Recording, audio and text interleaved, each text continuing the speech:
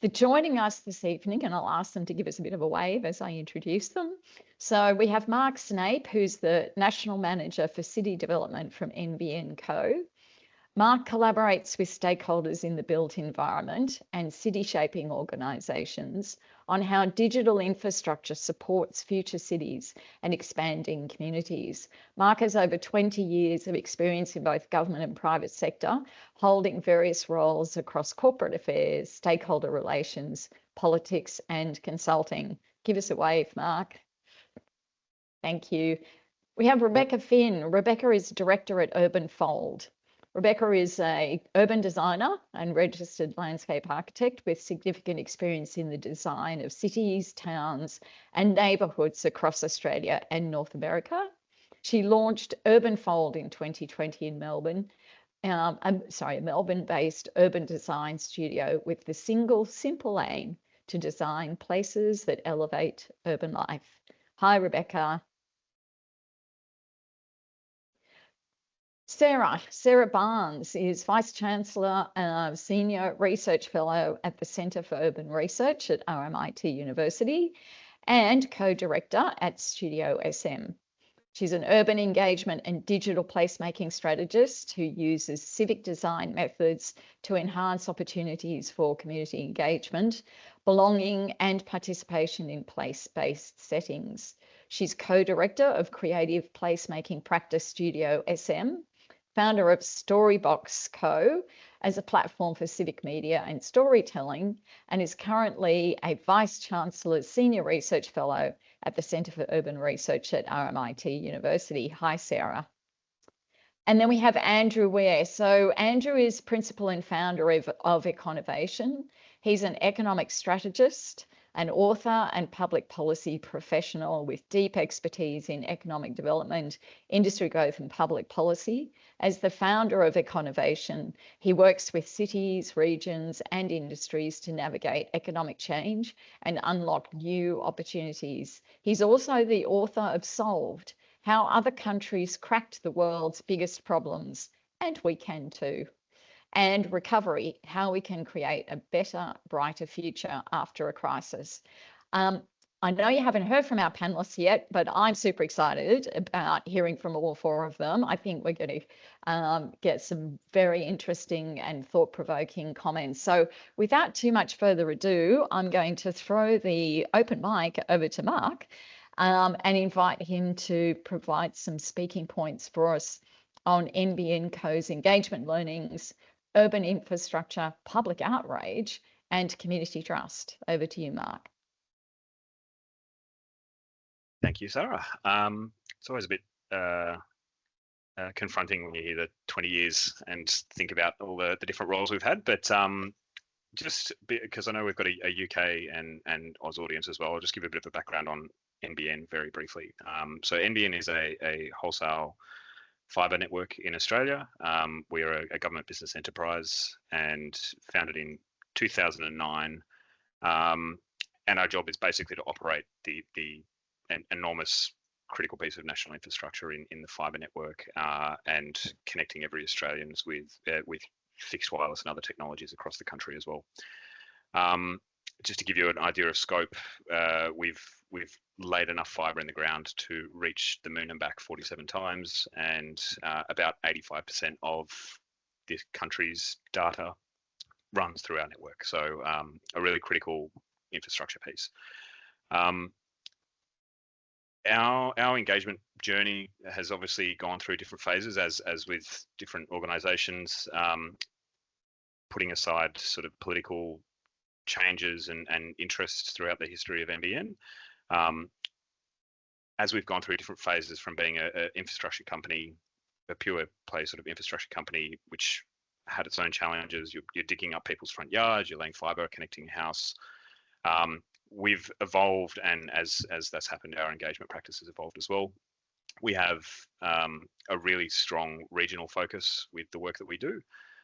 So we have an NBN local team that's, I think, for the audience here, much more of that classic engagement, community engagement piece. So you have your drop-ins, your local face of NBN in regional communities. My team and the corporate affairs team, engagement team more broadly, is a bit more targeted and strategic in terms of how we sort of leverage up the scope of what we do. I think reflecting on the topic of tonight, the challenge of engaging in uncertain times and building trust and retaining trust is really pertinent. There's a number of different measures out there, but I think we all would have probably come across the trust barometer that gets released every year. If you've been following that for a bit, it basically annually shows that trust in institutions across the globe is collapsing, and there's actually a huge level of grievance towards institutions. So the erosion of trust, it's not just a reputational issue for organisations; it's a genuine structural challenge for when you're trying to complete a project or engage a community, or even genuinely altruistically trying to find out what a community feels like. That distrust is sort of the baseline, unless you've had the historic creation of trust and building that known trusted channel. And I think with the advent of technology, that's something that can help. It's also something that could be really damaging to establish trust as well, and it really depends on how it's used and how it's leveraged by people. But my I guess key point that I would leave as the takeaway before the conversation is, for my thinking and from some of the experience we've had, I can talk to a couple of projects we've had at NBN. One of the key things I think is, regardless of the technology, it's the importance of having people at the center, and that doesn't necessarily mean having that face-to-face engagement, having to be out on the streets. That's, even as you're putting a strategy together, actually having the human at the center of how you're thinking about engaging and how you consider making the considerations. And the other point would be adaptability. I can reflect maybe in the conversation, but I was actually in the New South Wales Premier's office during COVID, and basically had to have a good old-fashioned phone bank where we were speaking to your everyday punters about what the health controls meant and what they were allowed to do, what they weren't allowed to do, because we just didn't have the channels outside of the daily press conferences to handle everyone's sort of unique circumstances. But thinking to NBN and trying to think about time as well, there's two case studies I'd flag that are more recent that really sort of demonstrate how we've grown as an organisation. One that some on the call might be relevant to is we will very soon be submitting a regulatory proposal to the ACCC, which is the Australian competition watchdog, which will sort of outline our expenditure on service standards and entry-level officers out to 2029. And while this is a really important piece for us, it's actually the first time that anyone in the telco sector in Australia has had to go through this process. A lot of the people on the call are probably familiar with it through either the energy networks or water or gas distribution sectors, which have been running similar processes for decades. But for us, it was a first time. Lots of learnings. I think I would say internally and externally as well. But importantly, I think we've done a really good job of building the will and the attitude to sort of learn as we go through the process and come back in future years and do better. Not saying that we did particularly poorly this time. I think it went very well. We had great workshops where we were talking to end users, which as a wholesale network, we don't get to do that often, but having a virtual workshop with someone in their truck cabin in the middle of Australia dialing in about their connectivity experience is a really worthwhile process.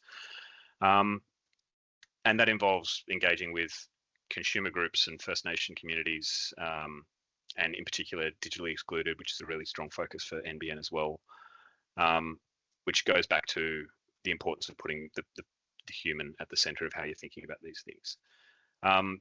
The other project I'll just quickly mention is the School Student Broadband Initiative that we launched back in 2023. So it's a government program which basically provides free fibre internet and connection through to 2028 for up to 30,000 Australian families that don't have internet at home with school students in the house. So obviously in today's age, access to internet is a really important tool for students to help with online learning and building those digital skills. But we actually found that there was a significant challenge at the front end, which we thought providing that offer, the families would just come to us perhaps. What we actually found was obviously it's quite hard engaging in the modern time with digitally excluded people, the families that don't have those channels, and by the nature of their socioeconomic status, perhaps actually have a genuine mistrust of government and of offers that may be too good to be true. So it was a really good kind of hark back to classic engagement, where we just had to establish trusted channels, engage with grassroots communities, and again build that trust to really demonstrate and overcome. And it's been great. I think we're almost, if not already, at the 30,000 families. So it's a really great win. But that's me. I'll stop talking about NBN and look forward to the questions. Thanks, Mark. I think there's some really tangible examples, very practical on the ground experience of what works and what doesn't work when you're dealing with both uncertainty, but also in low, where there are potentially low levels of trust. So thank you. I think that's really great to kick us off. I think we've potentially, Rebecca's got some issues with her computer, I think. So we might move on to Sarah, if that's all right. Sarah, sorry to throw you in at that point. But I'm going to ask Sarah, and perhaps if Rebecca does join us, we'll bring Rebecca in after that. So Sarah, just again, a reminder for people, digital placemaking in city platforms is your area of expertise and passion, and I'm going to throw it over to you to perhaps put some provocations forward for us. Thank you, Sarah, and hi, nice to meet you all. I'd like to acknowledge that I am coming to you from the lands of the Gadigal people today, and want to extend my respect to such people, past, present, and future ancestors as well. So I love this question. Thank you for the opportunity to be here, because I think it's a great provocation. How do we build trust when people are skeptical? Can technology help us connect, or is it part of the problem? Is it more of an art or a science? Look, I've been working with digital technologies and in communities in terms of a kind of future policy settings and future program opportunities for, it's pretty much coming on to 20 years now.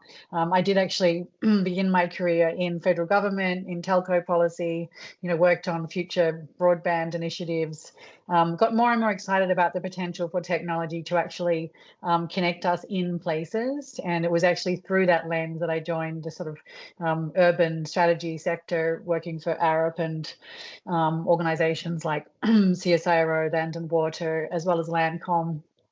And really working on what we used to say is kind of building cities from the internet up. So that's, the smart cities movement offered a great deal of opportunity to really bring to life the participatory possibilities, and also obviously the exciting, innovative possibilities that digital connectivity can bring to us.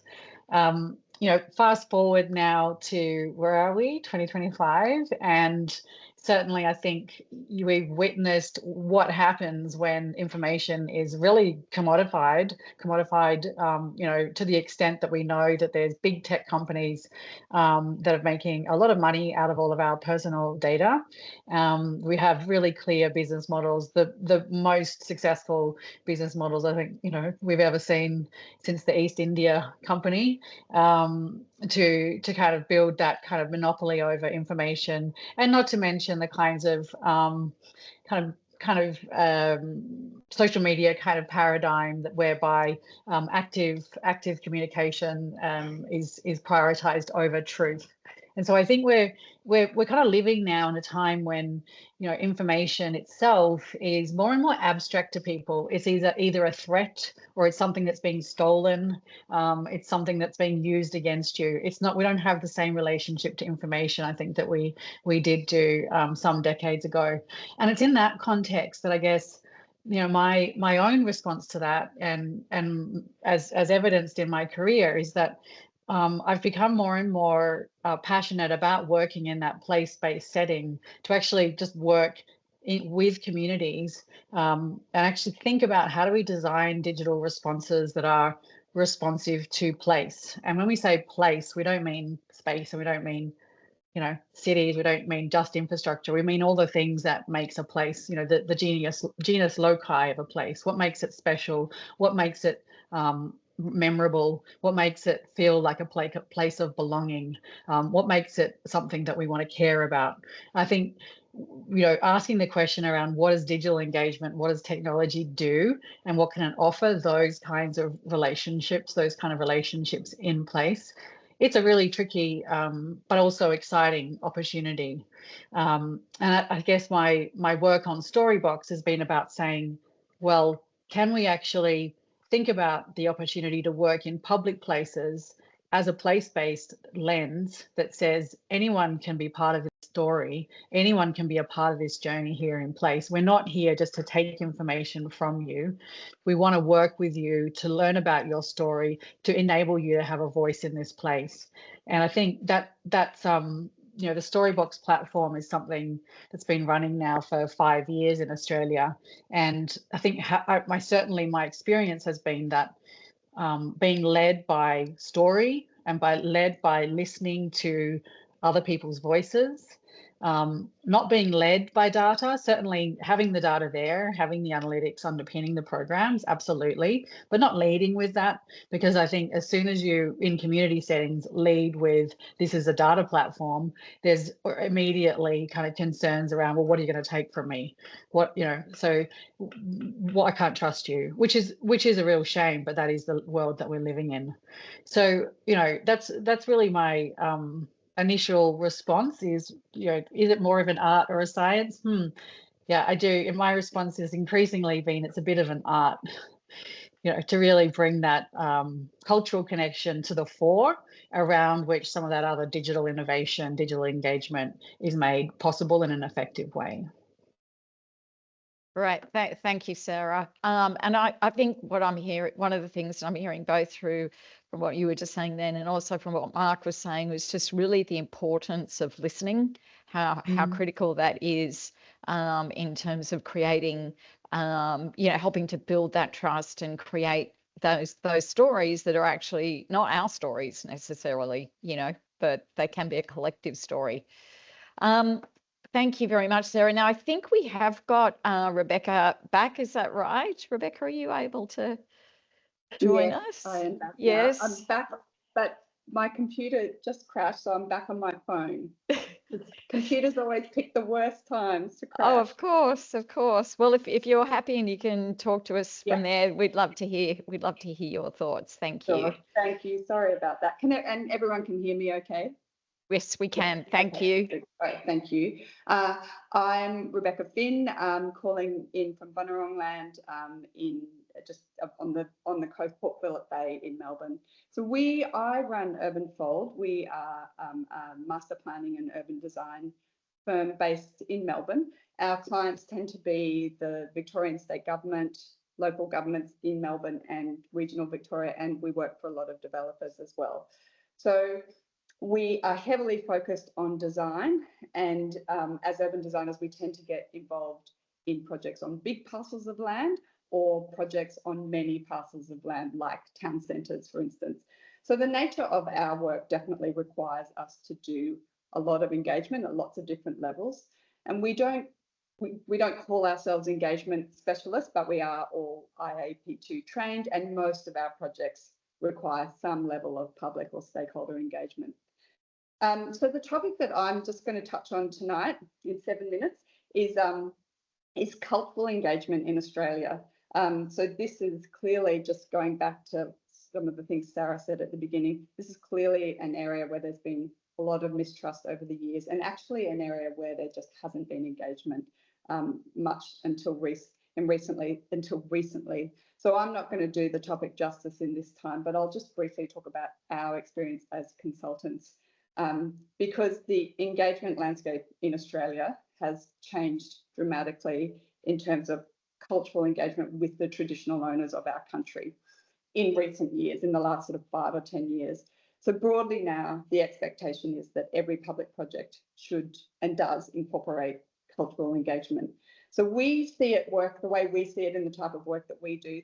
There's sort of three ways it happens. We either work directly with an Aboriginal corporation as a partner or client, or we include a cultural consultant or Indigenous specialist in our design team, who then builds the relationship with the traditional owners throughout the course of the project. And then the third way is that we might work with individual traditional owners who might have, for instance, say, have an arrangement with a local council. So there's sort of those three, well, our experience has been that there's those three ways of working. And I would say on most projects, most public projects, we are working in one of those three ways.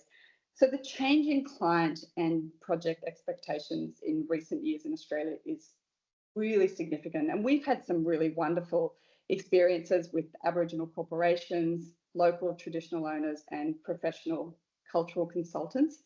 And it is really positive to see cultural and country values being embedded in projects and processes, from design projects and processes, pretty much from start to finish.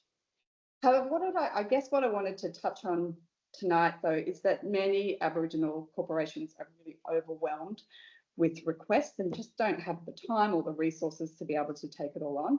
It gets referred to as the cultural load, and it's a real issue.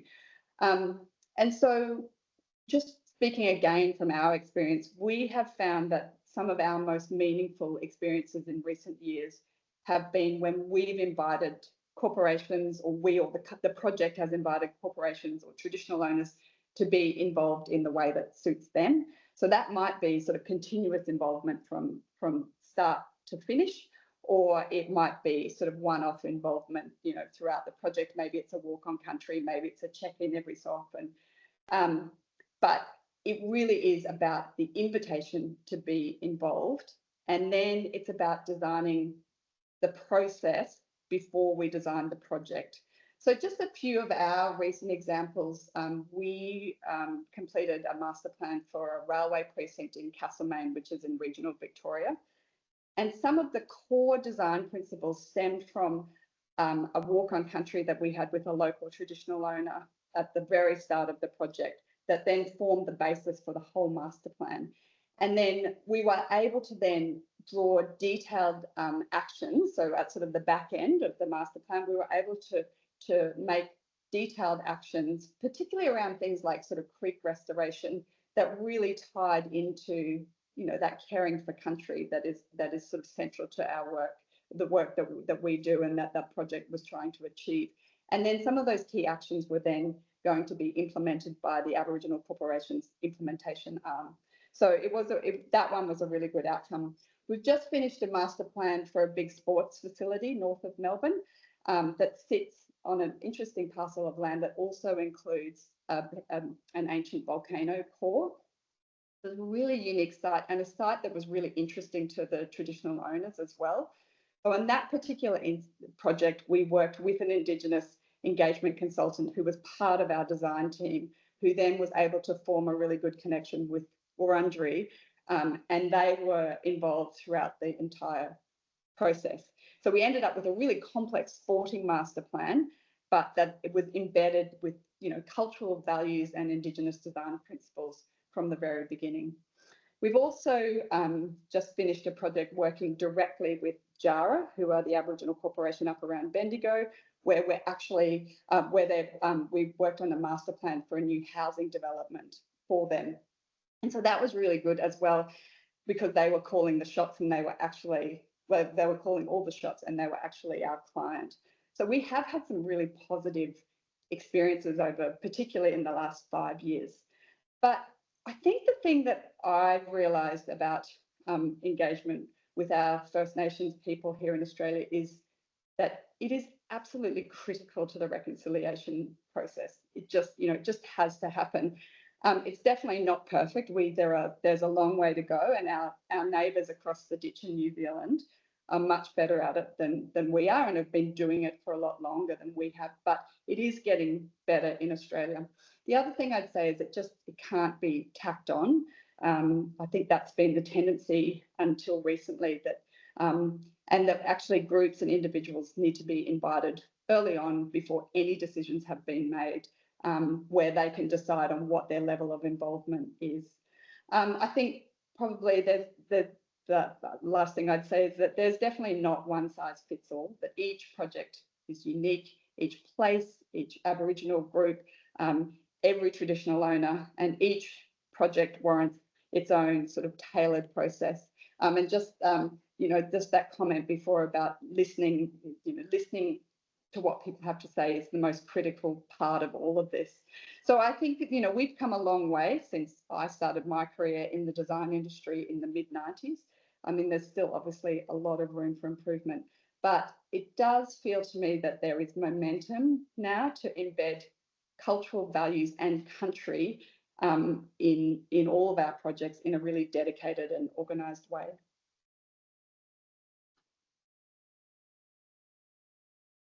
Thank you, Rebecca, and thank you. You did very well doing that on your phone. Thank you so much. There was a blind panic in the time before, but we got there. We got there. Yeah, you did well. You did well. Thank you. And I just want to echo those comments that you made then about that not one size fits all. And I think that's so critical. That's what coming through loud and clear from what Mark, Sarah, and you have been saying.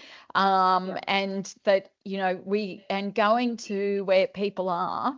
As part of that, recognizing that we should be reaching out to people, and if it's in a digital format because that works, then that's great. If it's in a in-person format as well, and that's what works, then that's what we need to be doing. So so thank you.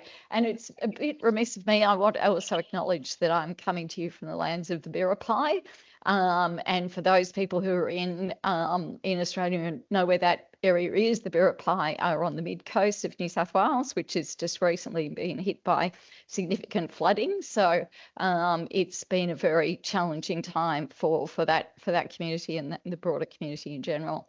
I'm now going to ask Andrew to bring us some comments. And I must also apologise because I did sort of miss a piece about Andrew's background when I was introducing him before.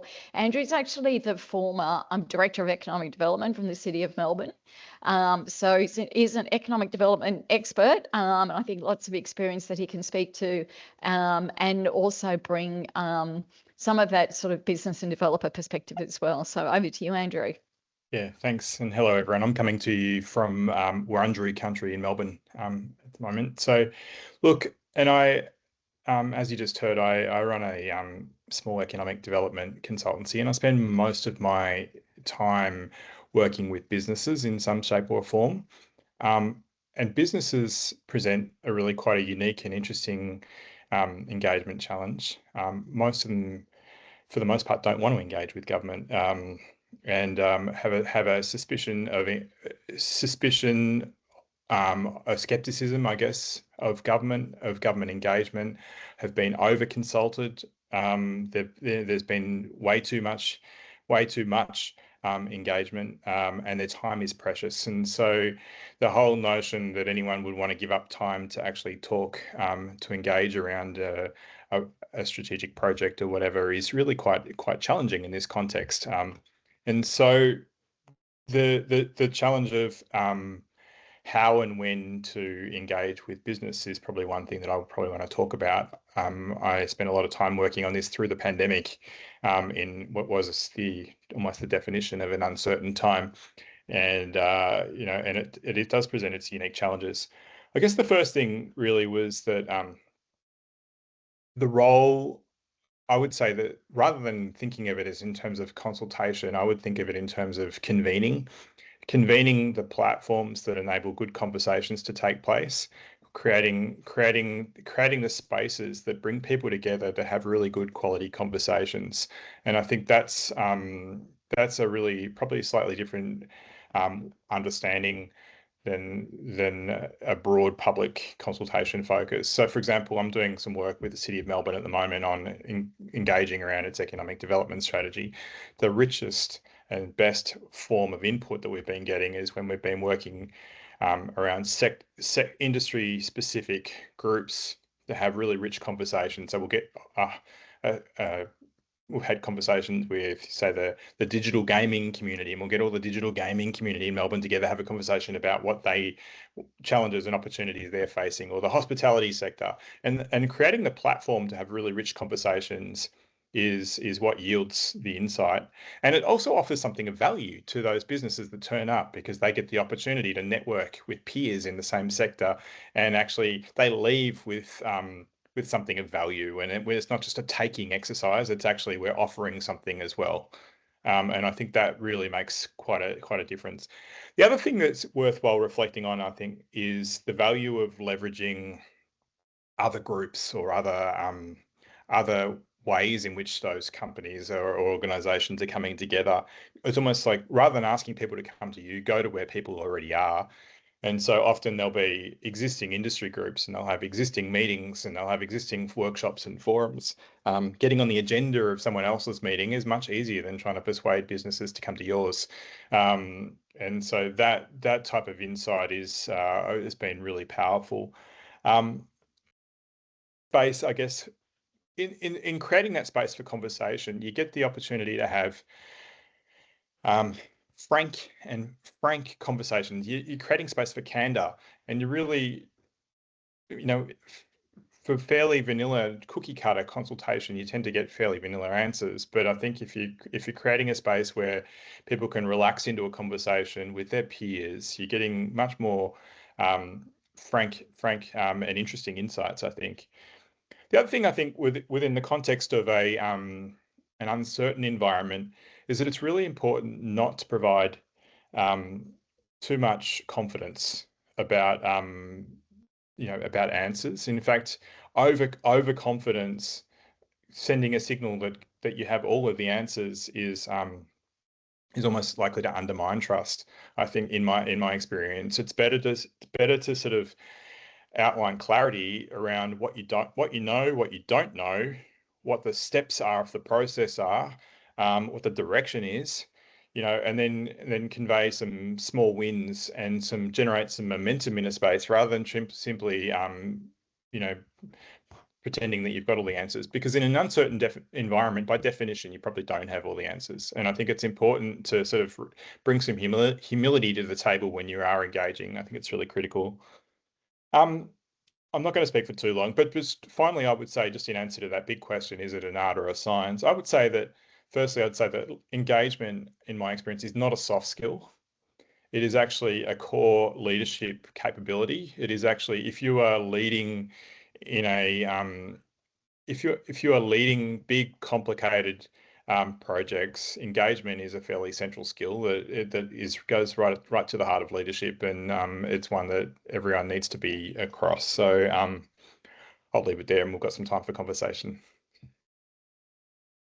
That's great. Thank you very much, Andrew. And just I was reminded then to your point about if you don't have all the answers, say so. And if you're operating in uncertain times, it's likely that you don't have all the answers. It reminds me of Dr. Peter Sandwan's one of his key tenets, which is share the dilemma or the dilemmas with your stakeholders. And that was something that he often used to talk about when dealing with outrage in communities. So thank you very much for all of those comments. And there's so much richness in those observations. I did want to throw a question over, and sorry, I will actually just note, thank you, Kathy, for your comment in the chat about the concept of creating places of belonging is a key to the future of communities and a way of looking at the trust issue. And we must come back to that comment in a bit Kathy, if that's all right. But I did want to throw over to the panel. So we've been talking, I suppose, or mentioned a few times what you think, when you think you have, successfully engaged and perhaps not. I'm interested to hear from the panel in terms of what sort of metrics or signals do you think we could be using or looking to judge whether or not we've been successful? How do we know, and how are we judging that?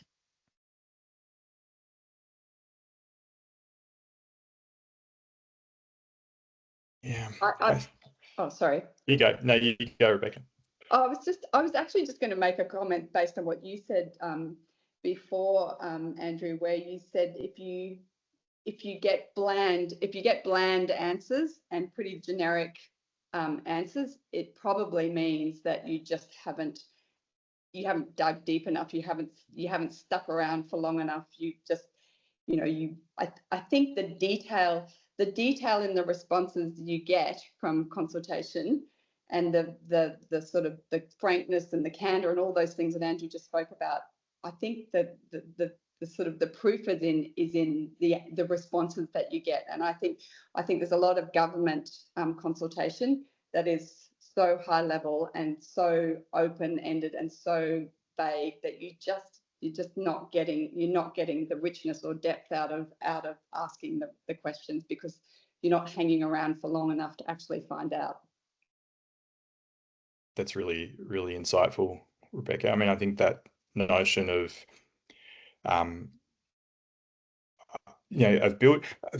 just building on that, I think when you engage for long enough and you're getting rich enough conversations, there comes a point when you realize that you're getting some really great feedback, but it's really reinforcing effectively what you've already heard. When you're not getting any further by the initial engagement, you realize that's probably when you're getting to the point when that's probably enough, when it's not taking you any further. And I think in my experience, that's the moment when I think you can say you've done enough, when you've done lots of engagement, but then the next you do a bit more engagement and it doesn't really add anything new to what you've already heard, and you do a little bit more and it doesn't really add anything more to what you've heard, and that's enough.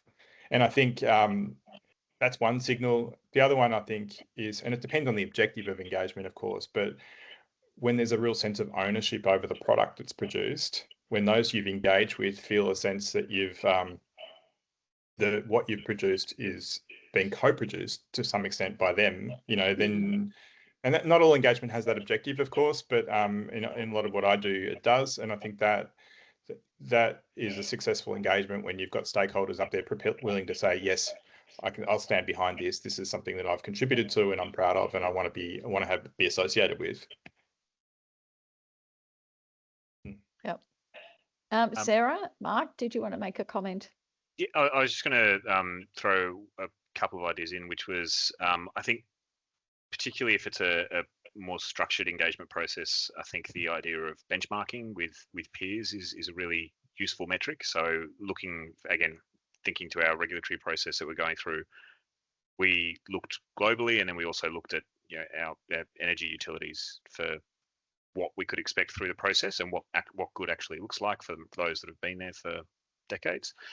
And then I think there's a place for independent advisories as well, or independent sort of oversight, again, with people giving sort of that frank and fearless feedback on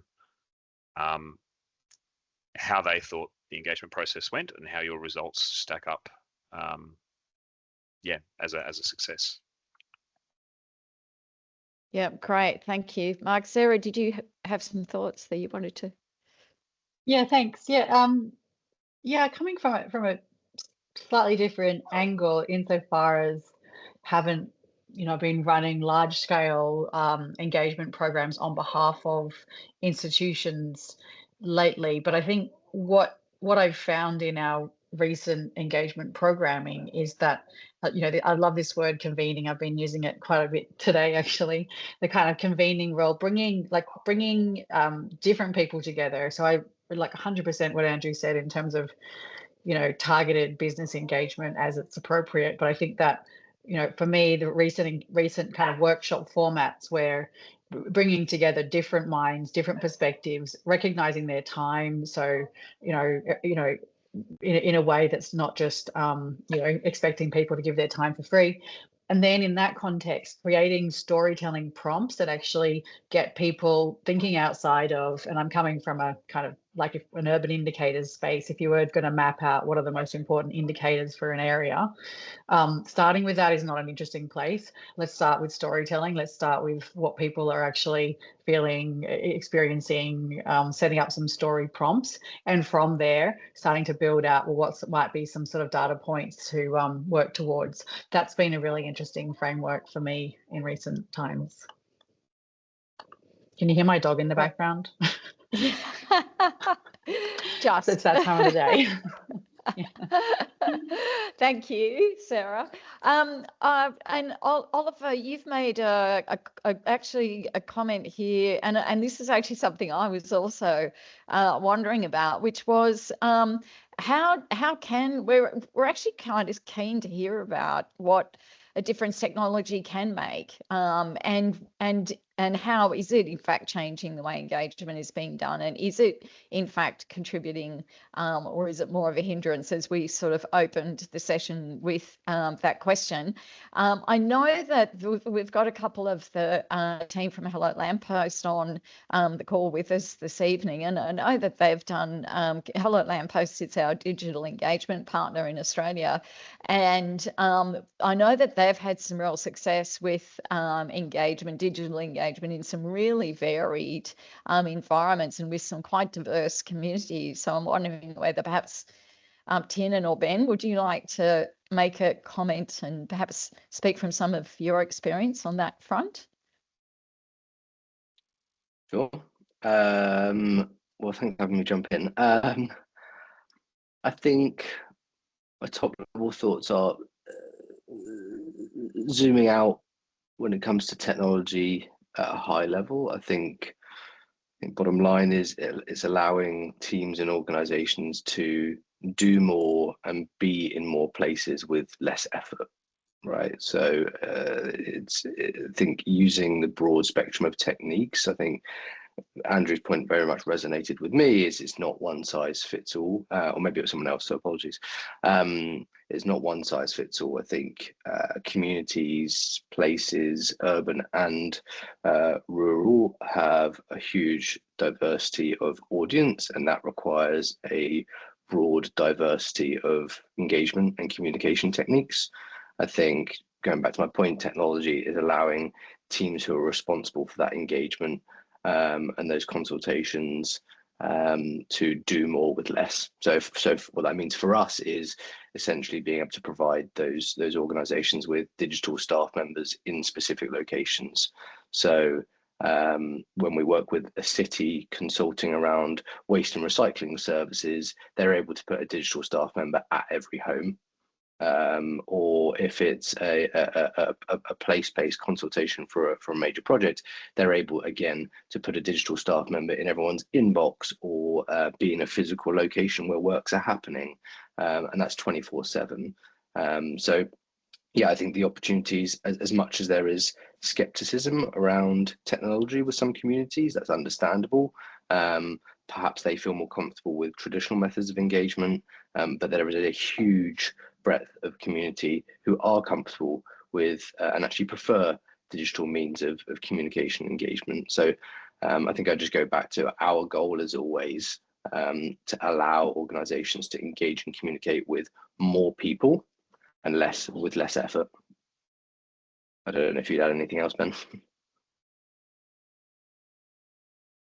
Yeah, no, I think that covers most of it. I guess I was just thinking about what the powers of technology are and where it kind of, the first thing to say is I think we all know it's about there's not a kind of single approach. So technology in whatever format is only one tool in the toolkit to engage, and it has weaknesses for sure. I think the trust issues that we've talked around, the skepticism, like obviously every platform's different there, but we always face them, whether it's skepticism about whether this is actually going to the right person, this is going to be really listened to. So how do we build an evidence base that is actually kind of actionable and can be used? Then also, how do we deliver to people that that's happened? Because I think trust also comes from seeing the outcome.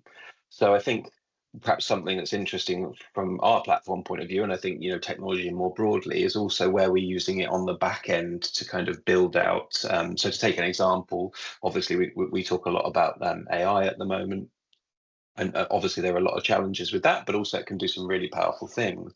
And one way is kind of emergent insight on the back end. So if we're gathering a lot of insight from a community, or from a place that is maybe there's some undiscovered stuff there. We can't always as kind of dynamically, and obviously with AI we can do it literally in real time. And we can't always discover insight and share that back to users and sort of show them the evidence base that we're building. So or as people, but with AI we can. So you know, that's something that we're finding that's really interesting, discovering things that maybe, and finding patterns and links in things that maybe doesn't change the entire, say, conversational mode of engagement, but gives us insights to then develop and evolve how we engage in a much faster feedback loop. Because if we think about how, as maybe, you know, with a customer historically, we might have, say, reviewed the data every quarter and kind of dug in and said, okay, well, actually people are asking a lot about this theme or issue, and this is very new for us, so we're still learning too. But actually we might pick that insight in real time and then have that fed back, shown on the dashboard, shape the conversation, update what knowledge and questions we're asking, and actually quite quickly shift modes of engagement to match what we're hearing. So feedback loops, I think, are kind of what I would talk about, both in terms of how we evolve the conversation, but also make sure we're feeding that back to the end user, or the person that we're engaging with, to ensure that we are that they feel that they're actually having an impact. Ben, one interesting way that we were using AI and technology at the City of Melbourne was by taking the enormous volume of qualitative feedback that we'd received from community over years. You know, I think there was 50,000 community interactions over a couple of years in so many different engagements, and essentially aggregating that and using AI to interrogate that, you know, being able to interrogate that sort of qualitative data to get a real sense of what the community was saying about particular issues, demographic profiles, etc. You know, so you could get the ability to slice large volumes of data, of engagement data, to sort of really get a sense of community sentiment in all sorts of different ways is really quite powerful. Yeah, I would add to that. I think the interesting thing is we never know the biases we have, and I won't pretend that AI doesn't have biases too. So it's only another point of view, I think, and it has to be seen that way. But if you go into a consultation thinking, I know people's main concern is going to be, you know, the kind of the state of the toilets. I don't know why we always bring toilets up, but it's going to be the state of the toilets. You're going to find that in the data because you're looking for it. But if you can kind of have this other perspective, and maybe you will see that, but you might actually realize it's not to do with that, it's to do with safety. But you didn't realize that's what it was about because you came in with that other perception, so, or preconception. So I'm not saying it's perfect, but it's another way to kind of surface things and discover insight. Yeah, I think just one extra point to add to that, which is quite we talk about a lot, is technology is allowing you to reach more people, gather more data, which in itself actually can uncover a bit of a problem if you don't have the analytics that Ben's talking about. Yeah. We talk a lot about AI in particular is allowing people to uncover intelligence, not data, because large volumes of data, as you talk about, Andrew, presents its challenges that you've actually got to sift through that. Whereas actually now we're moving to an age of intelligence where, you know, at the couple of clicks of a button, AI is able to analyze large chunks of data and uncover trends to allow data-driven decision making. Whereas I think we went a number of years where more data was the priority, but actually that just created problems in itself. No shortage of data now, is there? I mean, and the other one is social listening as well. You know, using various analytic tools to sort of pick, you know, effectively assess what people are talking about in social media in an area that's related to your topic of interest. It's quite potent and powerful as well, without you actually having to gather any data. I mean, effectively, you're just analysing what's already there in the public domain. Yeah. Kathy, I'm going to throw back to you and just say, would you like to expand on your comment that you put in the chat there about creating places of belonging, that being the key to the future of communities and a way of looking at the trust issue? Actually, no.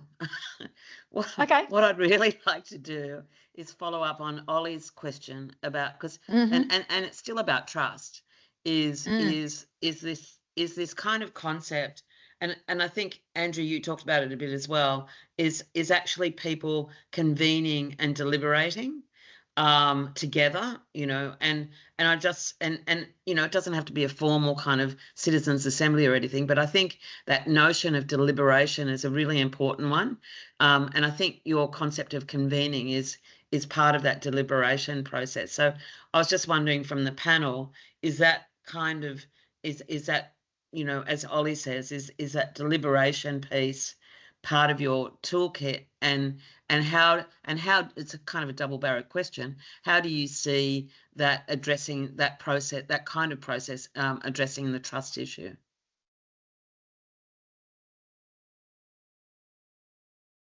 Well, yes, it's part of the toolkit. Yes, absolutely, it's critical, and I think it addresses the trust issue because when you're deliberating, people's participation in that deliberation, they owe an obligation not just to the organisation who's asking them to participate, but they owe an obligation to the other members of the deliberation.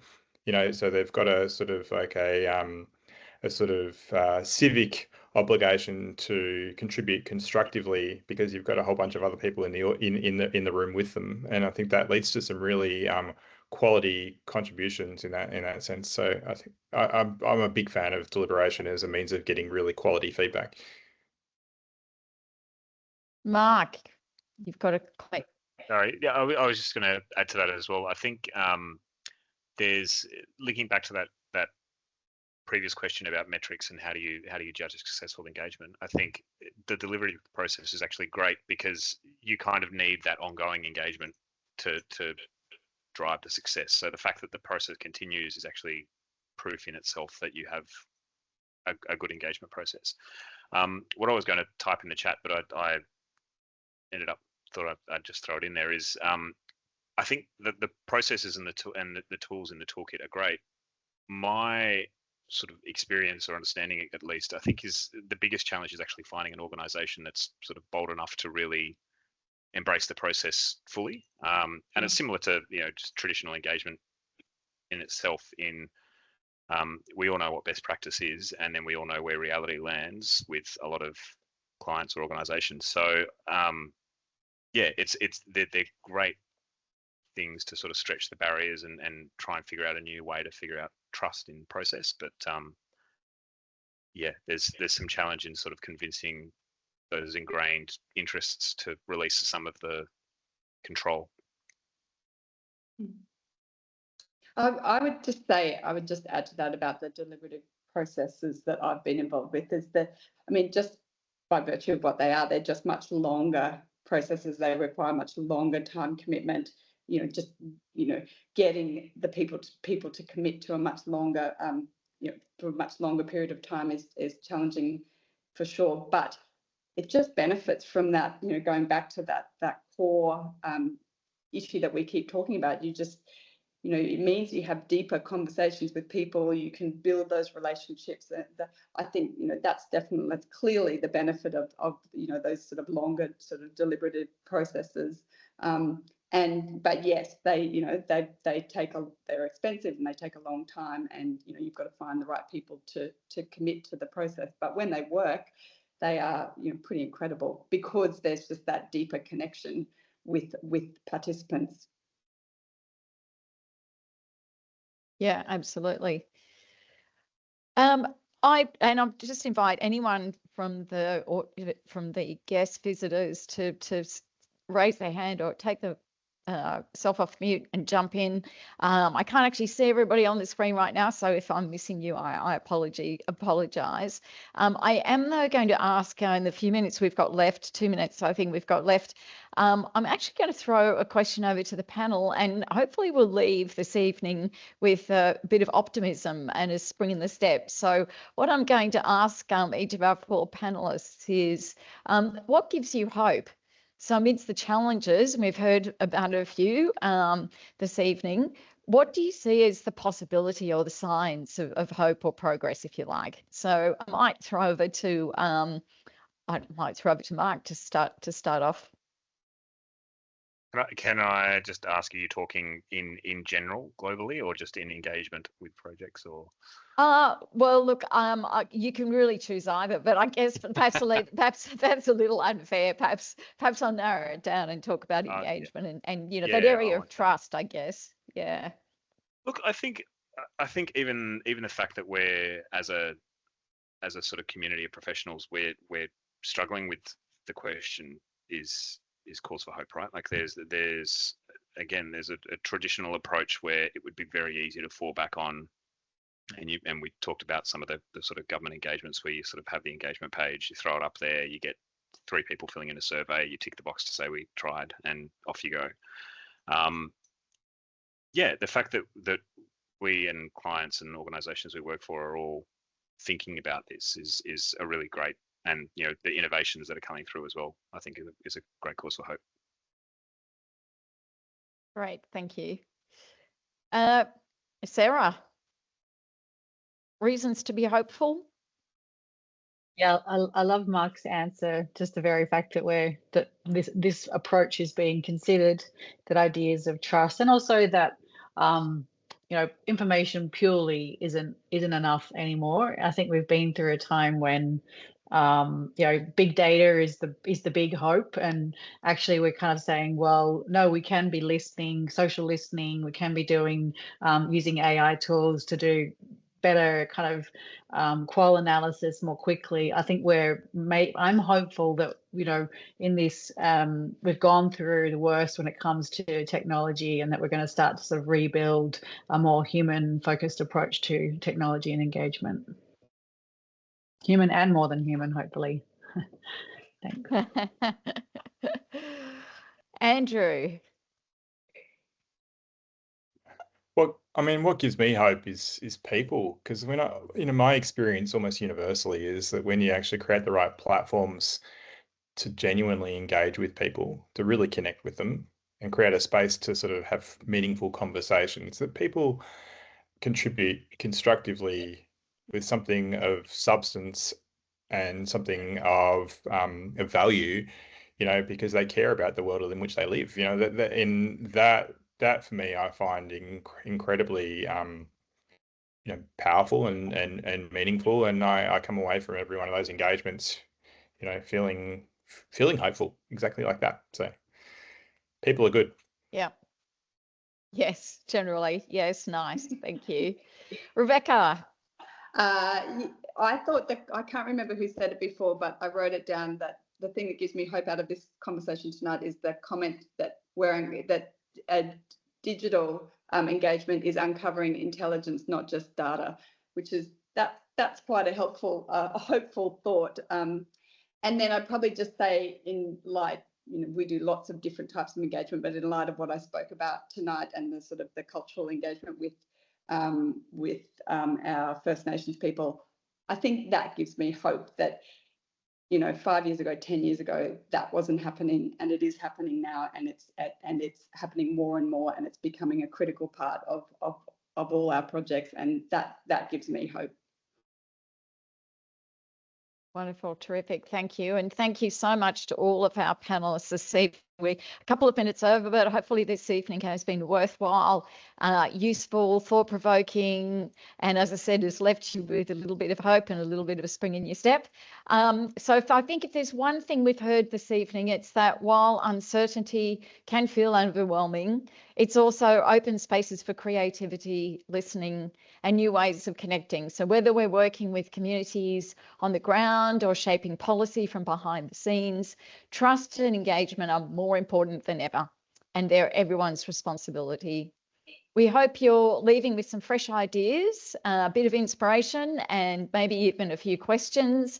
And don't forget to reach out to us if there's anything that you've heard this evening, particularly in relation to the tools that Hello Lamppost makes available in digital engagement, and how ECF can help bring all that together for you.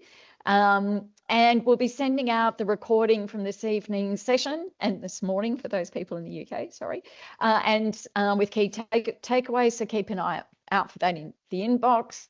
And if anything from the session has sparked any ideas or thoughts, please feel free to keep the conversation going, share it, challenge it, and build on it. We say thanks again for being here. Take care, and we hope to see you at the next one.